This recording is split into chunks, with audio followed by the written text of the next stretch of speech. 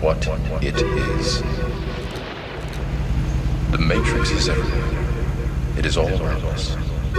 Even now, in this very room, you can see it when you look out your window, or when you turn on your television.